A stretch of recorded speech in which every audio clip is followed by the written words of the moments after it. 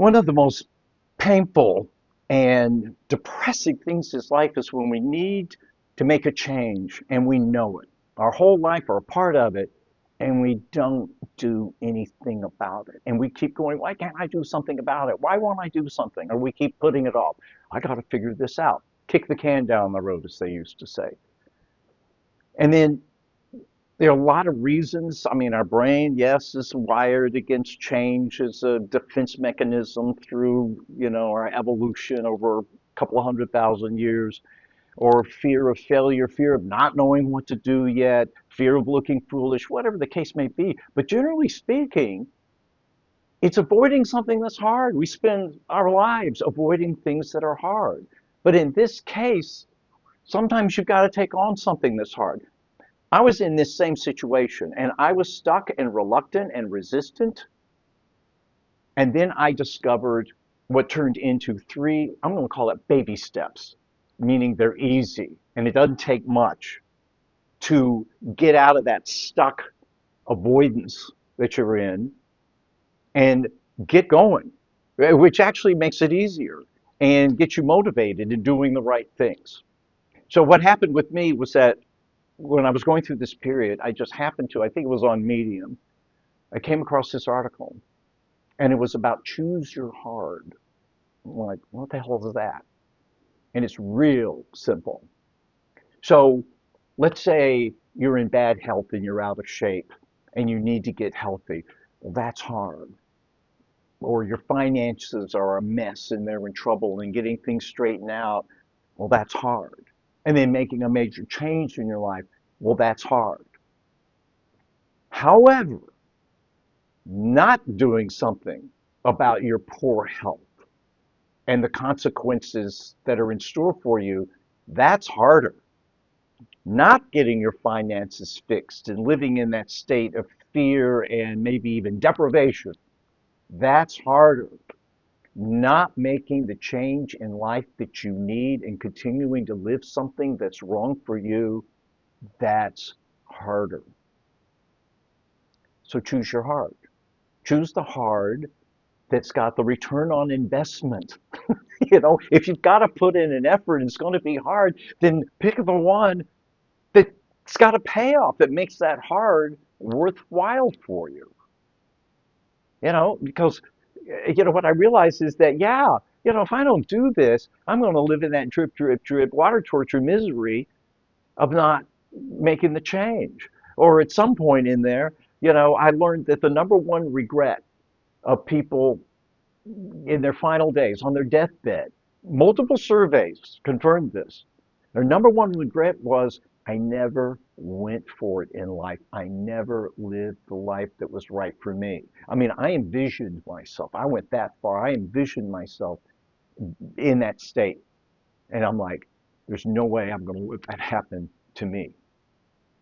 So the first thing was this quote unquote mindset shift of like, well, if it's going to be hard, then I might as well do it. But then here's the second step that I'm giving you that I did. And what it was to make sure I was thinking from the end, meaning, all right, what is it that I want this to look like, feel like, and be like? Why am I doing it? Like health, not just, well, I want to be healthy. No, why do I want to be healthy? What's the core reason? Well, I want to die young in old age and be there for my wife and my kids and maybe some grandkids and so on and so forth. And here's what it looks like. And then what I started doing is that when I got past that hard thing, that mindset, is that, it's taking 10 minutes in the morning before anything else, any electronics or social media or anything else, when your brain has just been cleansed and reset, to be thinking about what it is that I really want and need. And what's that going to be like? What is it going to feel like? And then doing it again before bed. And you do it for a few days, and before you know it, you're thinking about it without even trying. You've activated your brain. This is the neurological result of the power of intention. Because you're also going to start getting excited about it.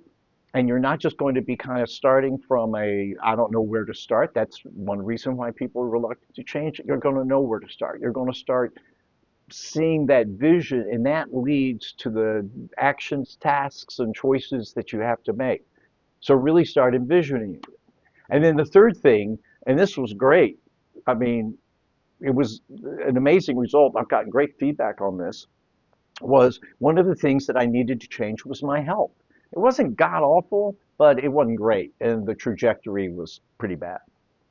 And so one morning I woke up feeling like crap, and I thought, I really got to figure out some way to do this. And the idea popped in my head. What is one little thing I can do today? One healthy little thing that I don't do. What's one little thing I can do today? I did it, and it was easy. So then it's like, okay, let's do this every day. And I wrote up a little list of different things that I could do in terms of moving my body or my diet or whatever. And I was blown away by the fact that within a week, some of those little habits that I was doing or started with became habits. One of those healthy habits did.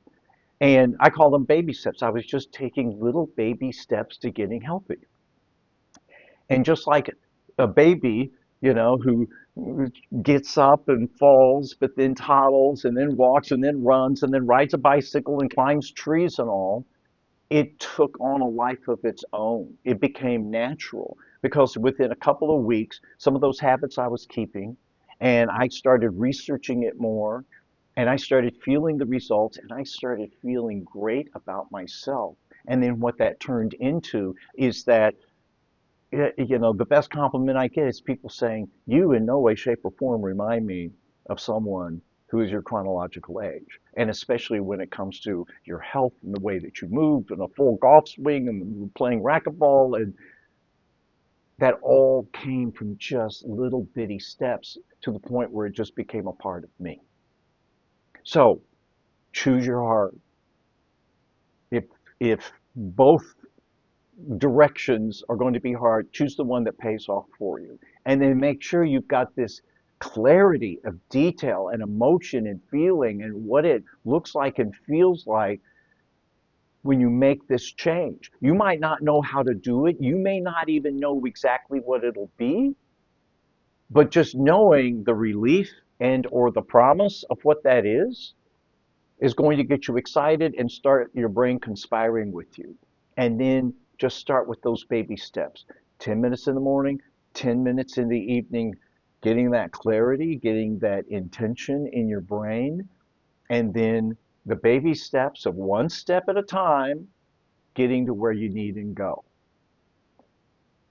I found, and you'll find, that if you approach it this way, it wasn't that hard after all.